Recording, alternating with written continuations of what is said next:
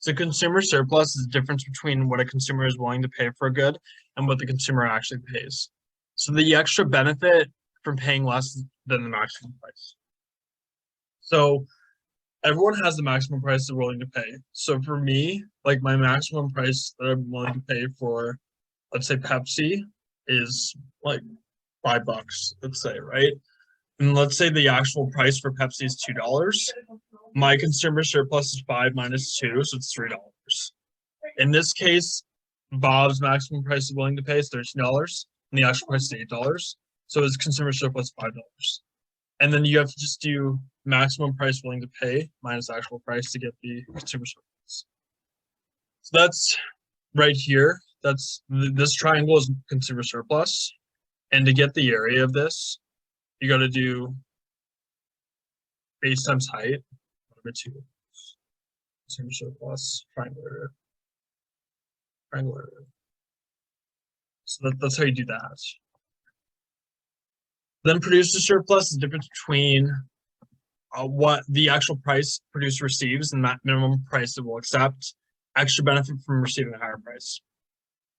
So this is for sellers. So let's say Carlos is selling something. The lowest he wants to get for his product is $3. That's the lowest he wants to sell it for. So let's say he's trying to sell. So let's say he's trying to sell milk. The minimum acceptable price that he would take for milk is $3. And let's say the actual price is $8. So his producer surplus is $5. So you take the actual price minus the minimum acceptable price. And then, so to calculate this too, it's the same as consumer surplus. You just have to calculate the triangle area, and that's just base times height divided by 2. So like instead, we do P1 minus 0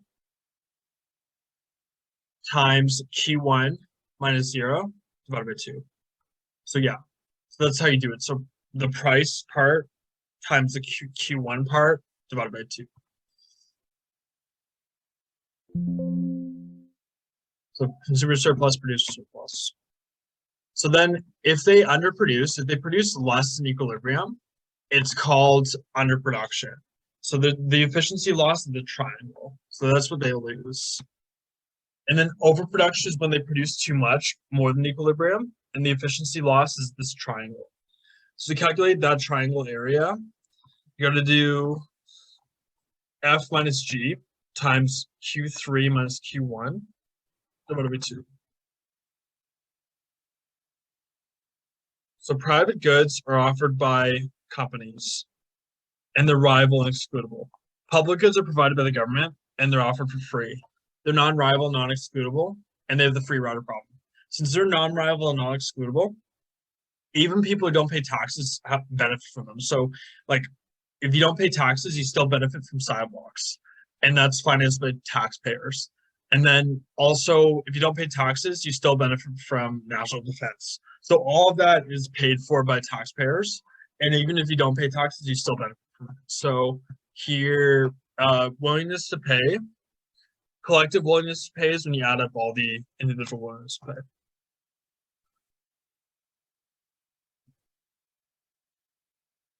So in this case, net benefit. So net benefit is total benefit minus total cost. And highest net benefit happens when marginal benefit equals marginal cost. So in this case, marginal benefit will not exactly equal marginal cost, but it will get close. So here, this is the closest we'll get where it's 8 and 10. So that's the closest. So they're almost equal, and the net benefit is the highest at 5. So 4-lane highways are most efficient in this case because we get the highest net benefit from 4-lane highways, and marginal cost and marginal benefit are almost equal. So that's why we have 4-lane highways for the most part. Like we have like We have 4-lane highways because of this.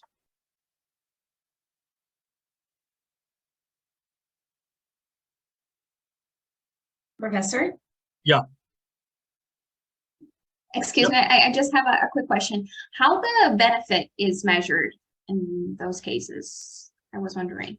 That's a good question. So they that is a good question. So they measure the benefit in terms of some of it is profit based, but not all of it. So some of it is profit based. There's also they factor in a lot of things. So they factor in like reductions in crime, reductions in accidents, reduction in Oh, deaths, and they value all of that in a dollar value. So they put that they have formulas that they use to put a dollar value on the reduction uh in accidents, deaths, crime. Also, they put a dollar value on the increased productivity, the reduced time to drive. They can put a dollar value on that, and a lot of it has to do with like reduced use of gas. Um, and there's a statistic that they use. It's called value of a statistical life, and the value of a life it was around $2 million when I studied it about 5 years ago. So mhm. they value statistical life about $2 million. Just they have to do that for a lot of a lot of these types of projects. It's hard to put a dollar value in life, but they have to to value these types of projects. Okay, thank you, thank you. Yeah, that's a good question. Yeah, that's a good question because it's hard to value these benefits. Um, and the cost can include environmental degradation, uh, cash costs, costs of reduced business. Like they factor all that in and they put a dollar value on it too.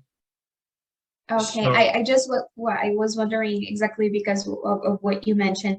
It's not like a profit or loss, it's benefit. So it might be something else. So that's why I asked you, but really helped me. Thank you. yeah, no problem. Yeah, it's a good question because there are consulting companies that they do this for a living. So it's important work because they figure out what should be paid for. So yeah, that's a good question. Thank you. Yeah, no problem.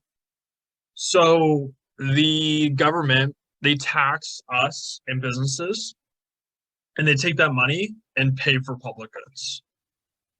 So uh, if something has a positive externality where they don't produce enough of it, the government tries to subsidize it to produce more. So subsidize to produce more of a product that provides positive externalities. So like for example, the negative externalities too much to produce, so like they tax it to produce less of the product. So like cigarettes, basically. They put extra excise taxes on it to reduce the production of it because too much of it is bad for society.